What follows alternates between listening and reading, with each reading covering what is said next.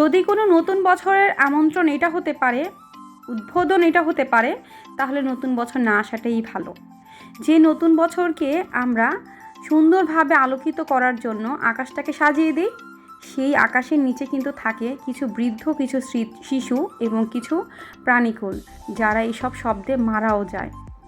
আচ্ছা, আমরা কি বলতে পারি কাউকে কষ্ট দেওয়ার পরে যে আনন্দটা আসে, সেই আনন্দটা কি সত্যি অন্তর থেকে পাওয়া যায়? এখানে যারা যারা এই সব আতশবাজি করছিল, তারা কি আসলে মন থেকে শান্তি পাচ্ছিল? আমি তো বুঝি না। আমি ছাদে যাইনি, তবে জানলা দিয়ে যতটুকু দেখছিলাম আমার নিজেরই হার্টবিটের অবস্থা খুব খারাপ। প্রেশারের অবস্থা 12টা বেজে গিয়েছে। প্রেশার তো আমার উপর রীতিমতো রাগ করে নিচেই নেমে গিয়েছে। উপরেরটা হচ্ছে 80, নিচেরটা হচ্ছে 70। আচ্ছা বলেন তো, আমারই যেহেতু শুনতে এত কষ্ট হচ্ছিল, যারা বৃদ্ধ, যারা শিশু, যারা পাখি, আল্লাহর অন্য সব সৃষ্টিগুলোর অবস্থা কি হয়েছিল?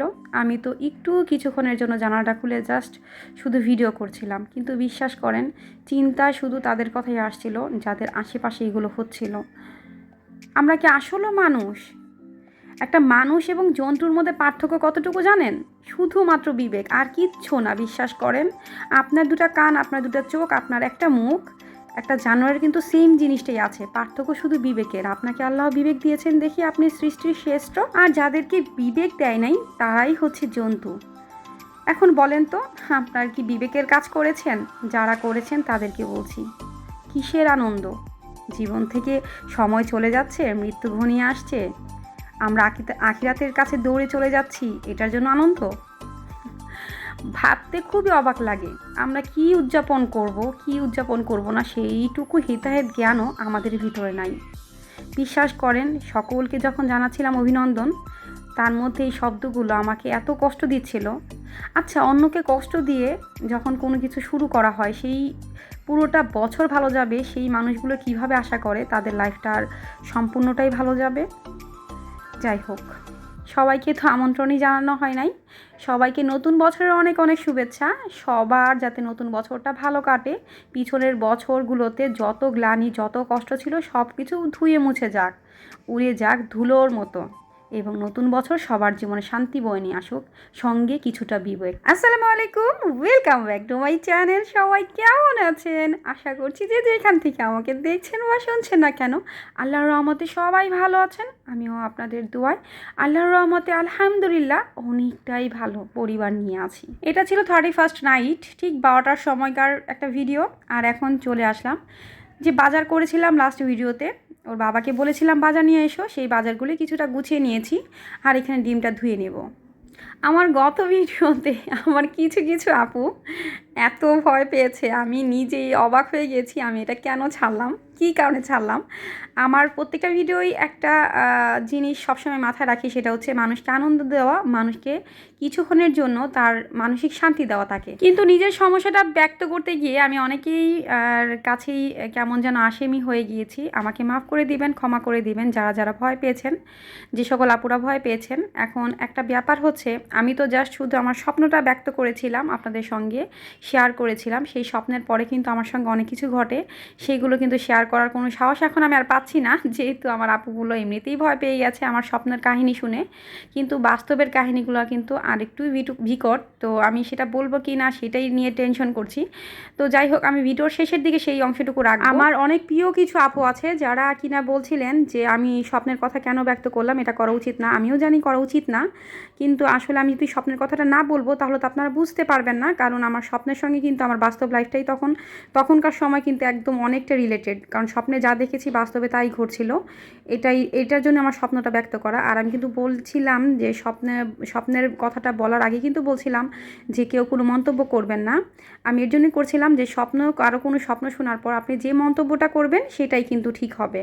তো এর জন্যই বলছিলাম যে স্বপ্ন নিয়ে প্লিজ কেউ কোনো মন্তব্য করবেন না। শনিবার রাতে ওই কাহিনী ঘটার পর থেকে আমার তো প্রেশারের অবস্থা 0-তে নেমে গেছে, নিচে 70 উপরে আসি, বুঝে নিতে পারেন কী অবস্থা। মাথায় এমন ঘুরায়, মনে হয় যে নগরদোলায় উঠার পরে আমরা যখন একটু নিচে নামি, তারপর যে মাথার অবস্থাটা হয় না, যে মনে হয় ঘুরতে ইন্ডিয়া পৌঁছে গেছি, পাকিস্তান পৌঁছে গেছি, তারপর আবার বাংলাদেশে এসেছি। আমার হাজব্যান্ড অ্যাক্সিডেন্ট করার পর আমি ওর উপর যে গুলা অত্যাচার করেছি সেগুলো কিন্তু একদম সুদ সমেত সে আমাকে একদম ব্যাক করছে। আমার প্রেশার মাপার পর থেকে 2 দিন যাবৎ আমাকে খাইয়ে খাইয়ে সে আমাকে মেরে ফেলছে।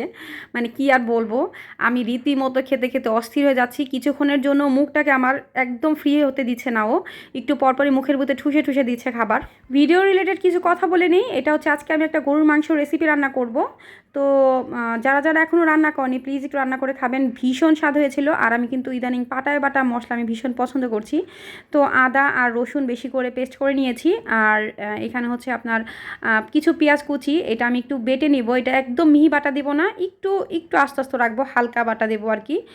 আর এইখানে যে রেসিপিটা রান্না করব সেই রেসিপিটা এত স্বাদ হয়, এত স্বাদ হয় যে আমি 2 দিনের জন্য রান্না করলে একদিনের এক বেলার মধ্যেই শেষ হয়ে যায়। কোনো অকেশনালি ডেগুলোতে আমার ঘুরতে কেন জানি ভালো লাগে না, তার একটাই কারণ হচ্ছে জ্যাম জঞ্জাট।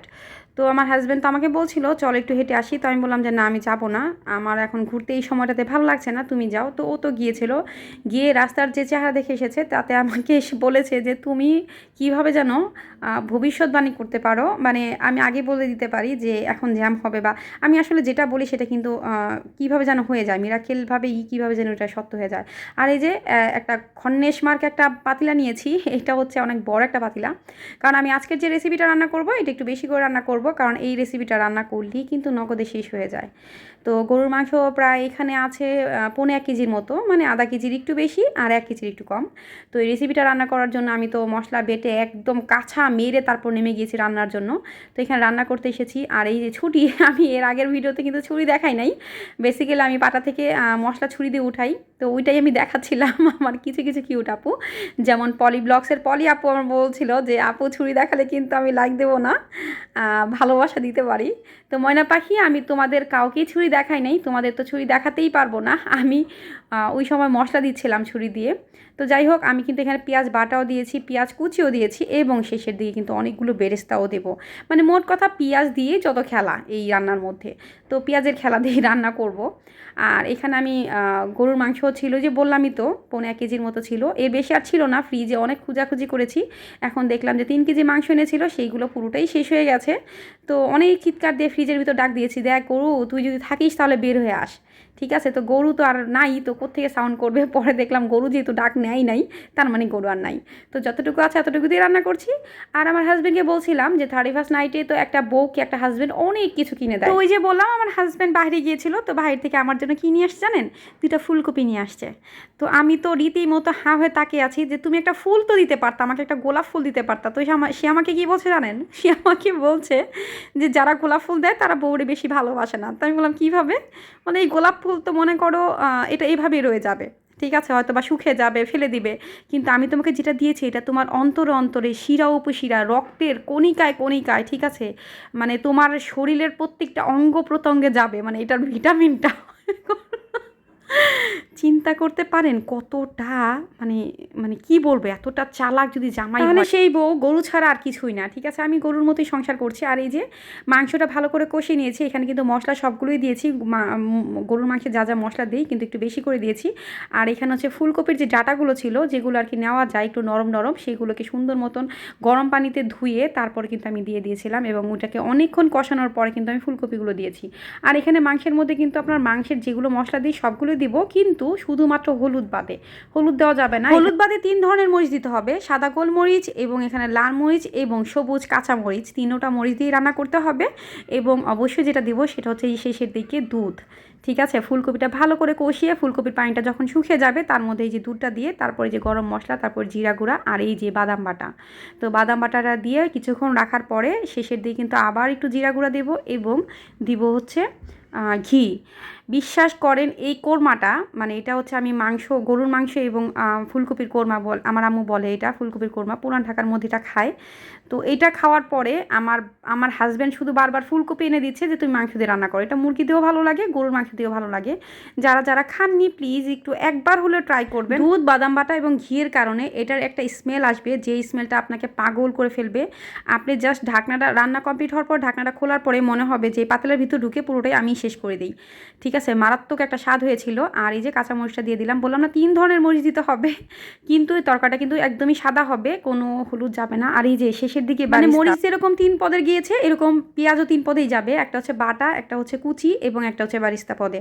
এখন এই যে ঢেকে দিলাম, এটা একদম একদম রান্না শেষ হওয়ার পরে তারপর আমি খুলবো, এছাড়া খুলবো না। আর এখন একটু ঘি দিয়ে নেবো, আর এই ঘি তো শেষই হচ্ছে না, মানে ঘি নাকি আর কিছু আল্লাহ জানে, ঘির মধ্যে আল্লাহ এত বরকত দিয়েছে যদিও ঘি 2 কৌটা ছিল, তো মোটামুটি ঘি দিয়ে কিন্তু পরোটা ভেজেও খাই আমি, তারপর ঘি কেন যেন শেষ হচ্ছেই না এবার। তো এই তো আমি মোটামুটি সব দিয়ে এখন সুন্দর মতো নাড়াচাড়া দিয়ে আমি এখন ঢেকে দিব, এবং ঢাকনা যখন উঠাবো তখন এটা স্মেল দেখেই পাগল হয়ে যাব। আমার ছেলে মেয়ে তো এটা খেতে খেতে রীতিমতো মানে ভাত আবার বসাতে হয়েছে রাত্রে, যাতে ওর বাবা এসে যাতে ভাত পায়, কারণ ভাতের অবস্থা একদমই শেষ, পাতিলা খালি হয়ে গিয়েছিল। মারাত্মক স্বাদ হয়। রান্না শেষ করে এখন শনিবার রাতের কাহিনীতে আবার চলে গেলাম। তো শনিবার রাতে আমার চোখ খুব বড় হয়ে গিয়েছিল এবং আমার দাঁতের চাপা আমি খুব জোরে জোরে চিবোচ্ছিলাম। এখানে আমার কিছু কিছু আপুরা বলেছেন যে আগুনের সামনে জিন থাকে না, তো তাদের উদ্দেশ্য বলতে চাই, আমার হাজব্যান্ড কিন্তু আমাকে আগুনের সামনে নিয়ে গিয়েছিল, চুলার সামনে নিয়ে গিয়েছিল, আমার মধ্যে বিন্দু পরিমাণ কোনো চেঞ্জ আসেনি, বরঞ্চ আমি আগুনকে আরও ধরতে চাচ্ছিলাম। আর আরেকটা বিষয় হচ্ছে আমি কোনো কথা বলতে পারছিলাম না এবং আমার হাজব্যান্ডের দিকে তাকাতে পারছিলাম না। তো আমার হাজব্যান্ড 2 হাত দিয়ে আমার 2 কান চাপ দিয়ে আয়াতুল কুরসি জোরে জোরে পড়ার পরে প্রায় অনেকক্ষণ আমি এরকম ছিলাম। ছোট একটা বাচ্চা বা গ্রাম থেকে আসার পর শহরে ঢোকার পরে যেরকম একটা অ্যাটিটিউড করে, আমি সেম একটা অ্যাটিটিউড করছিলাম এবং এক হাত দিয়ে আর এক হাত টাইট করে ধরে প্রচণ্ড কাঁপছিলাম। মানে এত ঠান্ডা লাগছিল, আমার বলার বাহিরে সাংঘাতিক ঠান্ডা লাগছিল। আর এর মাঝখানে আমি কিন্তু সেন্সলেস আছে, এখন কিন্তু আমার কোনো সেন্সই ছিল না। আমি ওর বাবাকে অনেকবার জিজ্ঞেস করার পর যে কাহিনিগুলো জানছি আমি সেইগুলো আপনাদের জানাচ্ছি।